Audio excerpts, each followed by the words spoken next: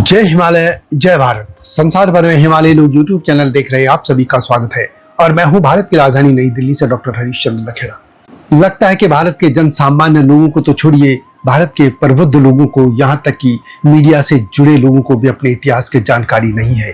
तभी तो वे जब अफगानिस्तान तालिबान के विदेश मंत्री भारत आए तो वे लगातार यही कहते रहे कि अफगानिस्तान को किसी ने भी अब तक परास्त नहीं किया।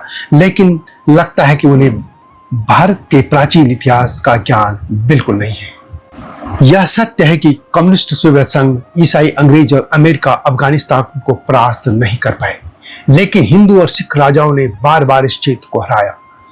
बप्पा रावल जैसे राजपूत राजा ने 8वीं शताब्दी में गजनी से अरब अफगानों को खदेड़ा। हिंदू शाही वंश ने 2 शताब्दियों तक काबुल पर राज किया। यह ब्राह्मण वंश था और ये कह सकते हैं कि काबुल पर अंतिम हिंदू शासक। और महाराजा रणजीत सिंह के समय हरि सिंह नलवा के भय से तो अफगान लोग पंजाबी महिलाओं का पैजामा पहनकर अपनी जान बचाते थे। ये विजय सैन्य शक्ति, रणनीति और हिंदू सिख एकता का परिणाम थी। जहां आधुनिक शक्तियां अफगानिस्तान की जनजातियों को जीत नहीं पाई और अफगान की जनजातियां चालाकी से जीतती चली गई, वहीं भारतीय राजाओं ने अफगानिस्तान पर स्थायी प्रभाव छोड़ा। यह इतिहास हमें वीरता और एकजुटता की प्रेरणा देता है और यह भी बताता है कि हमें अपना प्राचीन इतिहास याद रखना चाहिए। इसी मुद्दे पर मैं विस्तार से बात करूंगा, लेकिन जब तक मैं आगे बढ़ूं आपसे अनुरोध है कि हिमालय लोग यूट्यूब चैनल को सब्सक्राइब अवश्य कर दीजिएगा जिन्होंने अब तक ऐसा नहीं किया है या जो चैनल पर नए हैं, और मेरे सत्यमेव जयते चैनल की देखिएगा, यह आपसे विनम्र अनुरोध है। अफगानिस्तान को प्राचीन काल से भारत का द्वार माना जाता रहा है। अपनी दुर्गम पहाड़ियों, नदियों और योद्धा जनजातियों के कारण इतिहास में यह अवैध किले के रूप में विख्यात है। आधुनिक इतिहास गवाह है कि विश्व की महाशक्तियां इस क्षेत्र को पूरी तरह जीतने में असफल रहीं। 19वीं सदी में अंग्रेजों को प्रथम और द्वितीय अफगान युद्धों 1839 से 1842 तथा 1878 से 1880 के दौरान जो युद्ध हुए थे उसमें भारी नुकसान हुआ था, जब अफगान गुरिल्ला युद्ध से अंग्रेजों को पीछे हटना पड़ा था। इसी तरह 1779 से 1789 के बीच कम्युनिस्ट सोवियत संघ ने अफगान मुजाहिदीन के खिलाफ 9 वर्ष तक युद्ध लड़ा, जिसमें 15,000 सोवियत सैनिक मारे गए और अंततः हार कर वापस उन्हें लौटना पड़ा। इसी तरह 2001 से 2021 के बीच अमेरिका ने तालिबान के खिलाफ युद्ध छेड़ा। कुछ समय तक उन्होंने अपनी कठपुतली सरकार भी वहां बनाए रखी, लेकिन अंततः 2021 में काबुल से उन्हें भागना पड़ा और भागते हुए अपनी हार स्वीकार इन अमेरिकी शक्तियों ने की और उनके सहयोगी देशों ने। इन महाशक्तियों के पास उन्नत हथियार, विमान और तकनीक थी, फिर भी अफगान भूभाग की जटिलता ने उन्हें विफल कर दिया। इसके विपरीत भारतीय इतिहास में हिंदू और सिख राजाओं ने न केवल अफगानों को हराया बल्कि उनके क्षेत्र पर कब्जा कर सैन्य दबाव बनाए रखा। इनमें राजपूत नरेश, बप्पा रावल, ब्राह्मण राजवंश, हिंदू शाही वंश के राजा और महाराणा रणजीत सिंह के सेनापति हरि सिंह नलवा, जो कि हिंदू खती परिवार में जन्मे थे। अफगानिस्तान पर भारतीय राजाओं की विजय की कहानी राजपूत सम्राट बप्पा रावल से शुरू होती है।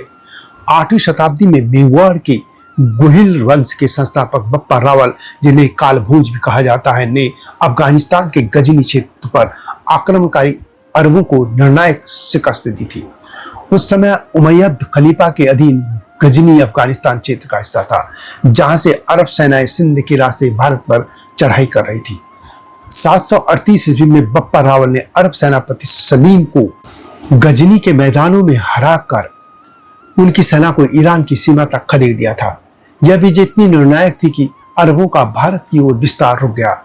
इतिहासकार जेम्स टॉड ने अपनी पुस्तक राजस्थान का इतिहास एवं पुरातत्व में इसे हिंदू प्रतिरोध का प्रतीक बताया। बप्पा रावल की रणनीति में स्थानीय राजपूत योद्धाओं की एकता और पहाड़ी इलाकों का उपयोग प्रमुख था, जो आधुनिक महाशक्तियों को नसीब नहीं हो पाया। बप्पा रावल की जीत ने अफगान क्षेत्र में हिंदू प्रभाव को मजबूत किया और क्षेत्रीय स्थिरता सुनिश्चित की। जहां सोवियत संघ जैसे साम्यवादी बल अफगान जनजातियों से जूझते रहे, वहीं बप्पा रावल ने न केवल युद्ध जीता बल्कि अफगान द्वार को सुरक्षित कर लिया था। इसी तरह हिंदू शाही वंश जो अफगानिस्तान के अंतिम हिंदू शासक थे, वे भी अफगानों से लड़ते रहे। यह एक ब्राह्मण राजवंश था। 9वीं और 11वीं शताब्दी तक हिंदू शाही वंश ने काबुल घाटी, गंधार और पेशावर जैसे अफगान क्षेत्रों पर शासन किया। यह वंश हिंदू धर्म का कट्टर अनुयायी था और संस्कृत साहित्य व मंदिर निर्माण में समृद्ध था। राजा जयपाल ने 10वीं शताब्दी में तुर्क अफगान शासक शुभुक्तगीन को पेशावर के निकट हराया था, जिससे अफगान तुर्क आक्रमण अस्थायी रूप से थम गए। उनके पुत्र आनंदपाल ने 1001 से 1008 तक महमूद गजनवी के खिलाफ कई युद्ध लड़े, विशेष रूप से पेशावर और नंगरहार के मैदानों में। आनंदपाल की सेना ने हाथियों और घुड़सवारों की सहायता से गजनवी को कई बार पीछे धकेला। हालांकि 1008 के युद्ध में वे हार गए और इतिहासकार बताते हैं कि इसमें स्थानीय राजाओं और बौद्धों ने उनके साथ विश्वासघात किया था, जिससे इस ब्राह्मण वंश का पतन शुरू हो गया। फिर भी हिंदू शाही वंश ने लगभग 2 शताब्दियों तक अफगानिस्तानियों के प्रमुख हिस्सों पर हिंदू शासन बनाए रखा।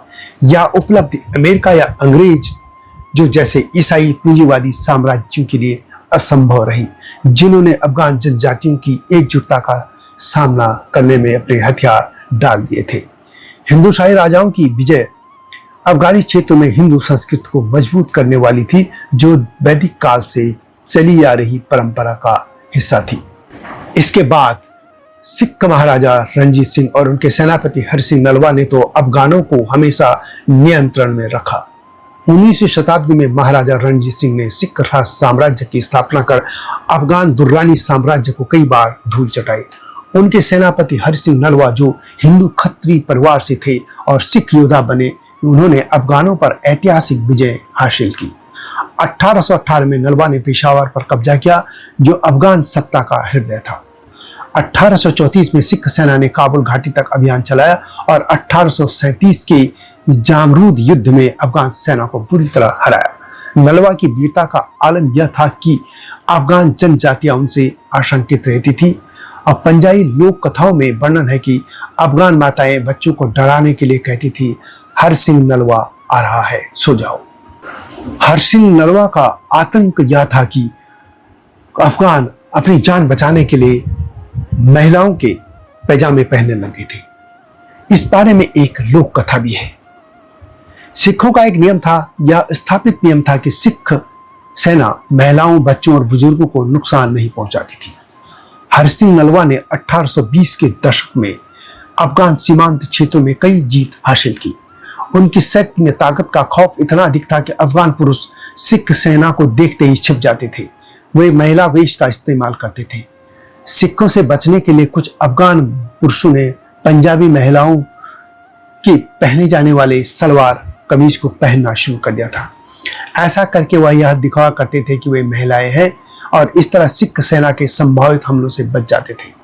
समय के साथ यह पोशाक उनकी पहचान का हिस्सा बन गई और पाकिस्तान के प्रमुख पश्तून नेता मियांगुल औरंगजेब ने भी यह स्वीकार किया था कि उनके पूर्वजों ने हरि सिंह नलवा के डर से पंजाबी महिलाओं के कपड़े अपनाए थे। नलवा ने पेशावर और जामरूद में सिख शासन स्थापित किया, जो सोवियत संघ या अमेरिका जैसे आधुनिक आक्रमणकारियों के लिए नामुमकिन साबित हुआ। महाराजा रणजीत सिंह की सेना में आधुनिक तोपें और यूरोपीय प्रशिक्षण था, लेकिन उनकी सफलता हिंदू सिख एकता में निहित थी। इस स्टोरी को सुनकर आपको भी लगता होगा कि भारत के इतिहासकार आखिर करते क्या रहे हैं। आजादी के इतने सालों बाद भी वे सिर्फ मुगल कालखंड पर लिखते रहे, लेकिन सच्चे इतिहास से उन्होंने भारत की जनता को बहुत दूर रखा। ये वीडियो कैसी लगी कमेंट में अवश्य लिखें। जल्दी आऊंगा इस तरह की स्टोरीज के साथ। तब तक जय हिमालय, जय भारत। हिमालय पे पेड़ हो तो गीत गाएंगी नदियाँ, गीत गाएंगी नदियाँ। पेड़ों पे चिड़िया है तो गीत गाएंगी नदियाँ।